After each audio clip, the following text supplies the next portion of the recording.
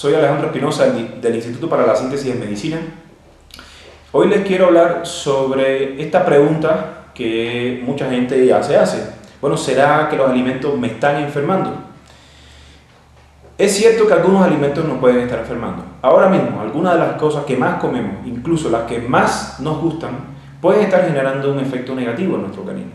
Y no vamos a hablar de las calorías, no vamos a hablar del azúcar, que ya hemos hablado sobre eso, no vamos a hablar de la información genética que traen los alimentos, no. Vamos a hablar de una relación que establecemos nosotros con los alimentos que puede ser crucial para el estado de salud y que desgraciadamente en la escuela de medicina no nos enseñan, y que cuando nosotros empezamos a tratar pacientes con enfermedades crónicas, necesitamos considerar esto si queremos realmente hacer un cambio de raíz que modifique la expresión de este tipo de enfermedades crónicas. Y estamos hablando de un concepto que se llama intolerancias alimentarias. Vamos primero a separar intolerancias alimentarias de lo que son las alergias alimentarias. Yo creo que todos de alguna manera conocemos el concepto de alergia.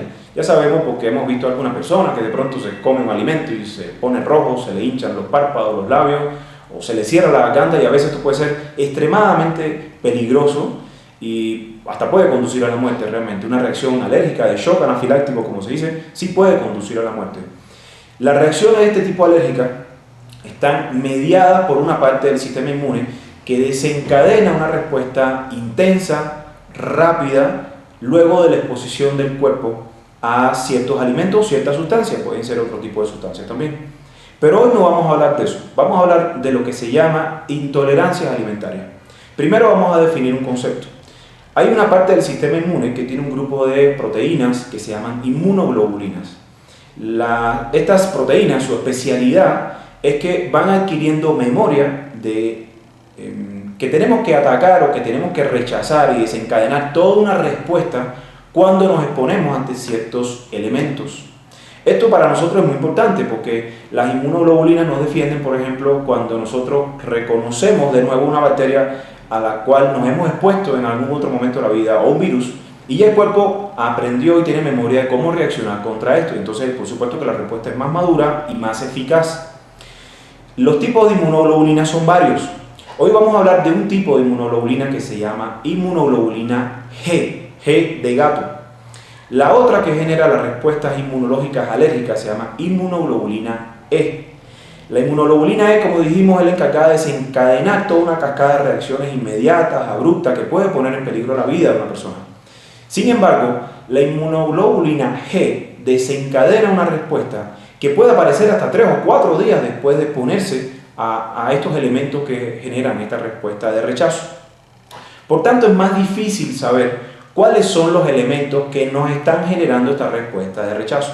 Y cuando digo respuesta de rechazo me refiero a que se desencadena una respuesta inflamatoria, no tan intensa como en el caso de una alergia, no tan intensa que peligre la vida, pero sí suficiente para generar eso que el cuerpo reconoce como una respuesta inflamatoria, que es un mecanismo de defensa del cuerpo, que forma parte de las cosas que nosotros necesitamos para sobrevivir.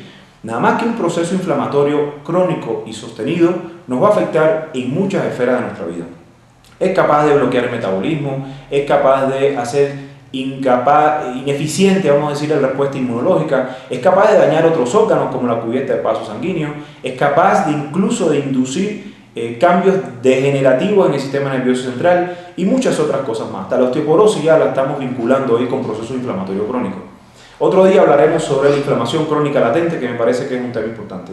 Pero volviendo a la intolerancia alimentaria, lo que nos interesa saber es que hay una serie de alimentos a los cuales el cuerpo en algún momento de la vida reconoce como si fueran partículas extrañas, negativas, y no hay una asimilación o una respuesta de beneficio mutuo, que es lo que debería pasar con el sistema inmuno. Nosotros tenemos una célula, que son como los policías, que van diciendo, este elemento es beneficioso y este no. Entonces, algo le sucede al sistema inmune que de pronto identifica partículas de los alimentos que consumimos, y cuando lo identifica y les pone la etiqueta de que son malos, esta inmunoglobulina G, cada vez que lo consumimos, se pone en contacto con esto y recuerda y reactiva una respuesta inflamatoria. Esa respuesta inflamatoria, asimismo como puede ayudar a la reparación de los tejidos, de pronto se vuelve en contra de nuestro organismo. Entonces imagínense qué pasa cuando uno constantemente está consumiendo un alimento que está generando una respuesta inflamatoria. Nos conduce a muchas cosas negativas. Se sabe ya que para que suceda este fenómeno de intolerancia alimentaria, previamente tiene que haber pasado algo, porque nosotros no nacemos volviéndonos intolerantes. Al contrario, para vivir y sobrevivir necesitamos volvernos tolerantes. Eso es un tema en inmunología que se llama tolerancia inmunológica. La tolerancia inmunológica es lo que nos permite a nosotros, cuando vamos creciendo desde que somos bebés, que vamos tolerando, aprendiendo cómo convivir con el maíz, con el arroz, con la carne de res, con el pollo, con las verduras, porque el cuerpo va aprendiendo que esto forma parte de los elementos con los que nos ponemos en contacto durante la vida y que forman parte de nuestra vida, porque incorporamos a nuestro cuerpo algunos de sus elementos. Entonces necesitamos ser tolerantes. O sea, ¿qué sucede? ¿Por qué de pronto nos volvemos intolerantes? Pues casi siempre lo que sucede, el punto de partida inicial, es que hay una serie de condiciones como medicamentos, como infecciones crónicas o agudas, por ejemplo, exposición a algunos tóxicos ambientales, que generan un tema esencial y que hoy vamos a remarcar, pero más adelante vamos a retomar, que se llama la hiperpermeabilidad intestinal. La hiperpermeabilidad lo que quiere decir es que el intestino deja de ser continuo y cerrado, que tiene esta capacidad de discriminar qué sí entra y qué no entra, para que de pronto se ponen, cuando está abierto, se ponen en contacto los alimentos con ciertas partículas del sistema inmune, que entonces a partir de ahí le ponen la etiqueta de que son negativos. Las intolerancias alimentarias están detrás de muchas enfermedades crónicas que se asocian con la inflamación. Por eso es crucial que nosotros en medicina consideremos, ¿no será que este paciente que viene con este cuadro crónico tendrá una intolerancia? Ahí se los dejo para que quede como un tema de reflexión y de búsqueda tanto pacientes como médicos. Hasta la próxima entrega, nos vemos. Gracias.